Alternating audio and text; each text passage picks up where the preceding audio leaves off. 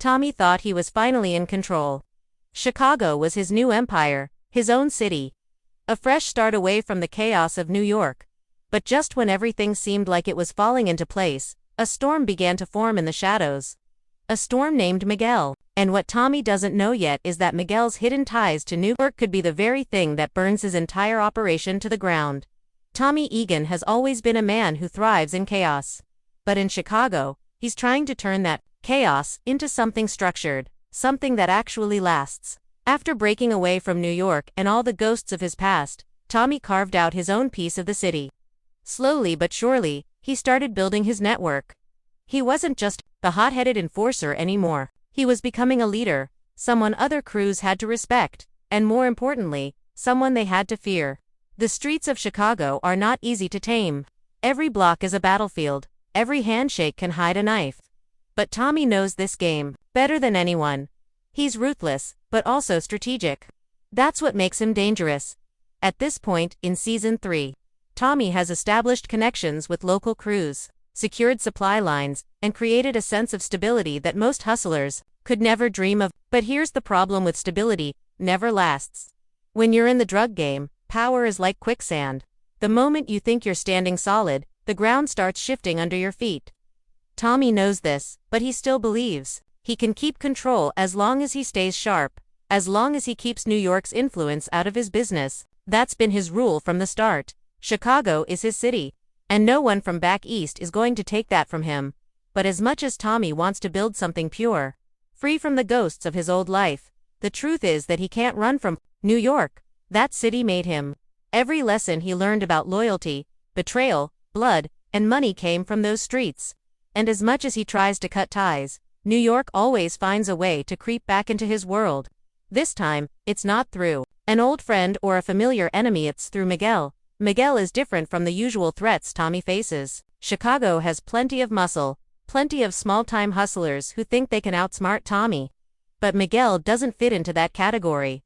On the surface, Miguel looks like an ally. He's smooth, calculated, and he talks the kind of talk that makes you want to believe him. To Tommy, he seems like just another ambitious player who wants to get a slice of Chicago's pie.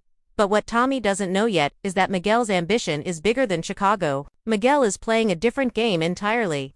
A game that stretches far beyond state lines.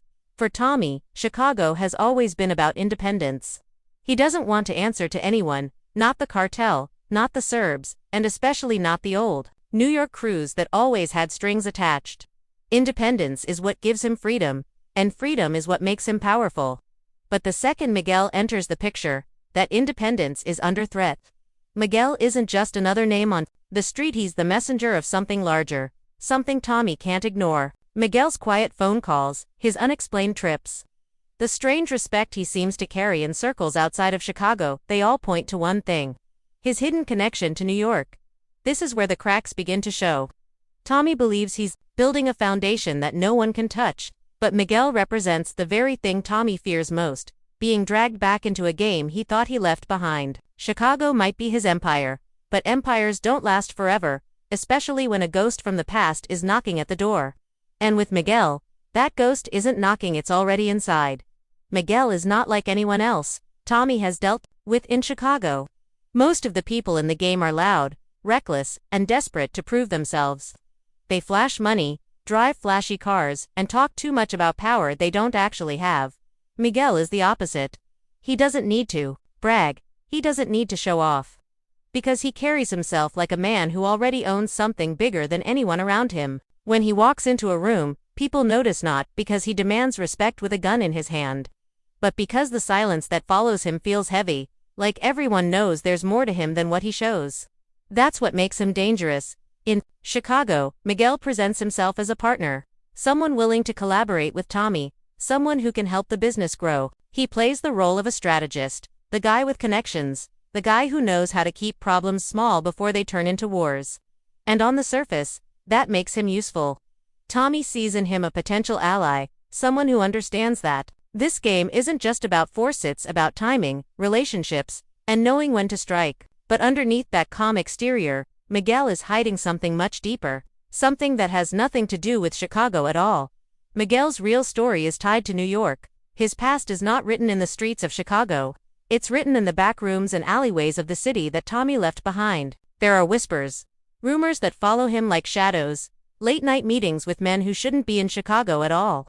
Conversations in Spanish and coded language, shipments that move from New York to Chicago without anyone questioning who's really in control.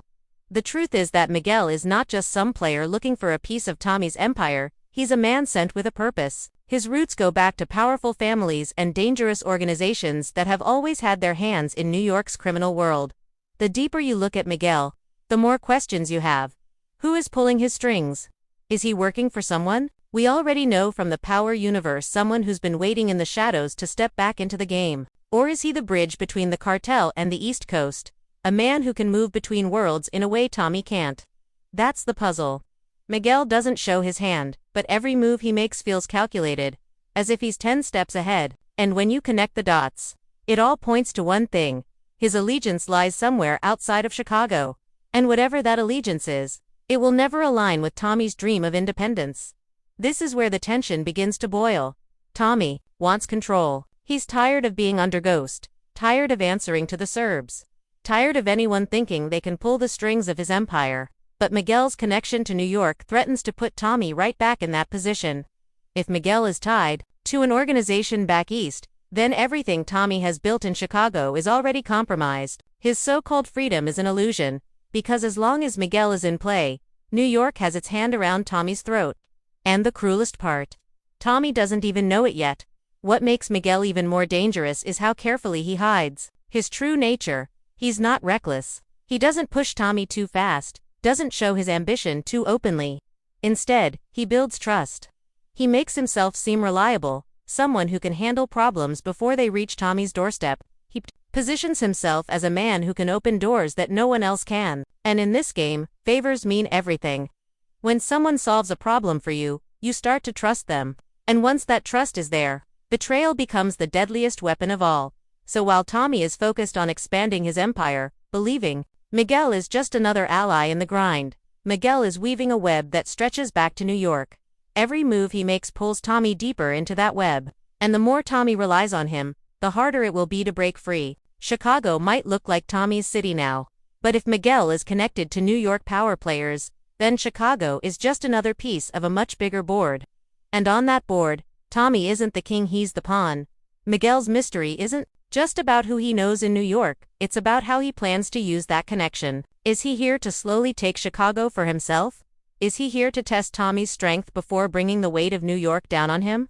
Or is he simply the messenger, the man sent to remind Tommy that no matter how far he runs, New York will always be waiting? That's the danger Miguel brings. He's not just another rival on the street, he's the shadow of New York itself. Moving quietly through Chicago, waiting for the right moment to strike. For Tommy, every step he has taken in Chicago has been about building something that no one could take away. Every deal, every alliance, every risk, it's all been to prove that he doesn't need anyone's shadow over him. But the truth about Miguel is that his very presence is the shadow Tommy has been running from. Miguel is not just a man with connections. He is the doorway to New York's influence creeping back into Tommy's world. And the deeper Tommy lets him in, the more control slips from his own hands. At first, it's subtle. Miguel whispers in the right ears, makes small changes in the way the money moves, or the way shipments get handled. He offers solutions before Tommy even knows there's a problem. A rival crew suddenly backs down, a potential enemy disappears, and Tommy begins to think Miguel is the reason his empire feels untouchable. But here's the danger. When someone is cleaning up problems you don't even see, you forget to ask what price you'll have to pay. And Miguel isn't the type of man who does anything for free. Chicago is a city full of wolves. And Tommy has made it clear that he is the alpha. But with Miguel's quiet influence, the pack starts to shift. Crews that once answered only to Tommy now find themselves listening when Miguel speaks. His New York ties give him weight that Chicago players can't compete with. And suddenly, Tommy's voice doesn't echo as loudly as it used to. That's how betrayal works in this game. It doesn't always come with a bullet. Sometimes it comes with silence. With loyalty that begins to drift away one conversation at a time. And then there's the bigger danger, New York itself. Miguel's connection means that sooner or later, Tommy won't just be facing local threats. he'll be facing men who built empires long before Chicago was even on the map.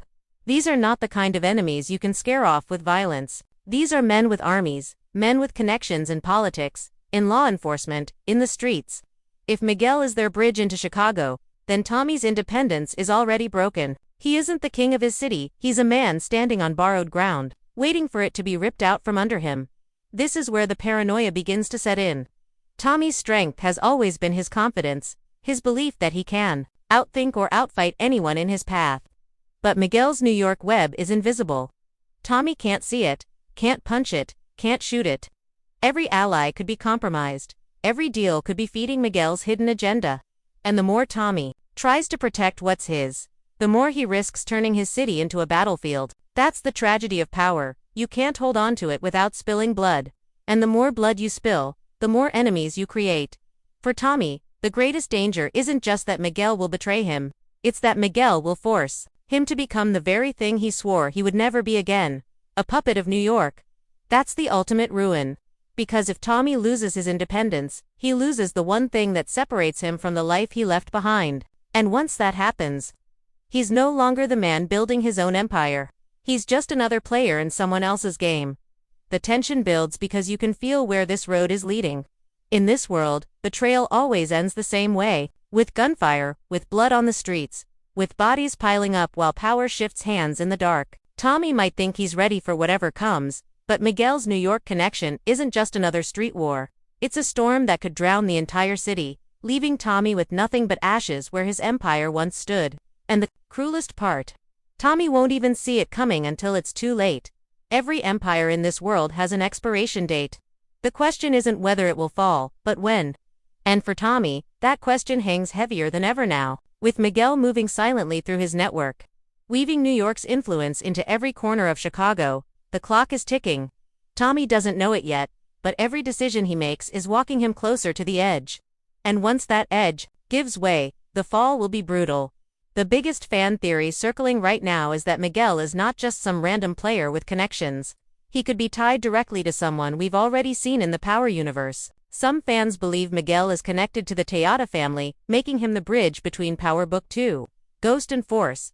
Others think he might be working under someone like Dre's old connections, or even someone linked to Ghost's former network. If that's true, then Tommy isn't just dealing with Miguel, he's dealing with the weight of an entire legacy coming back to suffocate him. Another theory is darker. What if Miguel's role is to set Tommy up for a war he can't win? Imagine this: Miguel gains Tommy's trust, positions himself as an ally, and then uses his New York ties to pull the rug out from under him at the worst possible moment. One wrong move, one moment of weakness, and suddenly Tommy is surrounded by enemies on all sides, betrayed not just by Miguel but by people Tommy thought were loyal. Chicago turns into a battlefield, and Tommy realizes too late that Miguel was never here to build with him, he was here to break him. But then there's the most dangerous theory of all. What if Miguel isn't working against Tommy, but working to own him, not kill him, not destroy him, but absorb him into the New York web he's connected to? That's the one outcome Tommy can't accept. Death, he can face that. War, he's been through it 1,000 times. But losing his independence, being forced to answer to men he despises, men who remind him of everything he left behind, that's the real death for Tommy. That's the slow, suffocating kind of ruin that leaves a man alive but broken. And if Miguel is the key to dragging him into that cage, then Tommy's fight won't just be for his city, it'll be for his soul. This is the Stormforce Season 3 is building toward. On the surface, Chicago looks like Tommy's empire, but underneath, Miguel's New York connection is like a ticking time bomb. Every episode, every decision, every alliance is pulling Tommy closer to an explosion he can't escape. The question isn't if it happens, but who survives when it does. Will Miguel outmaneuver Tommy and hand Chicago to New York on a silver platter? Or will Tommy see through the game in time, cutting Miguel down before the betrayal is complete? One thing is certain: Tommy's story has never been about peace. It's been about blood, loyalty, and betrayal. And Miguel's presence guarantees that the blood will spill heavier than ever before. By the end of this season, Chicago may no longer belong to Tommy at all. It might belong to the ghosts of New York that he thought he left behind, and that's the haunting part. Tommy's biggest war may not be against rival crews or even Miguel himself. His biggest war may be against fate. Because no matter how far he runs, no matter how much he builds, New York has a way of finding him. And this time, New York isn't knocking at his door, it's already inside, waiting to tear his empire apart.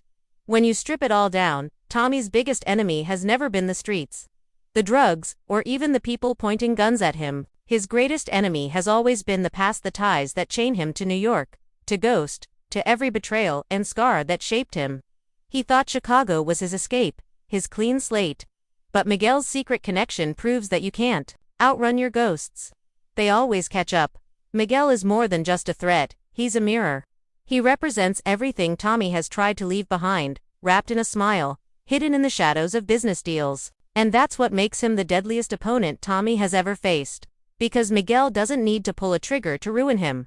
All he has to do is open a door, and the entire weight of New York will come pouring into Chicago. One call, one deal, one betrayal, and everything Tommy built will crumble. The final reckoning isn't about whether Tommy survives, it's about whether his empire survives with him. Chicago was supposed to be different. Chicago was supposed to be his, but if Miguel succeeds, then Chicago will just become another extension of the same game Tommy fought so hard to escape. Independence will die, and with it, the dream Tommy risked everything for. And yet, this is what makes the story so addictive, so impossible to look away from.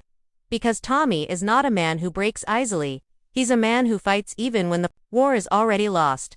He's a man who would rather burn everything to the ground than bow to anyone, not Miguel, not New York, not anyone. If Miguel thinks he can quietly tighten his grip, he might be underestimating the fire that Tommy carries inside.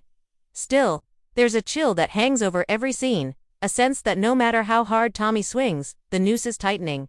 Fans know it. Theories circle around it. And deep down, even Tommy must feel it, that Chicago isn't safe. That his enemies aren't just local, that the game he left in New York has followed him here and is ready to swallow him whole. So the stage is set. Tommy Egan, the lone wolf, carving out his own empire, against Miguel, the shadow of New York, with secrets too heavy to ignore. And when those two worlds collide, the fallout will be brutal. Alliances will shatter. Blood will flow, and Chicago will never be the same again. The only question left is this: when the smoke clears, will Tommy still be standing as the king of his city, or will Miguel's mysterious New York connection prove to be the one enemy even Tommy can't outrun?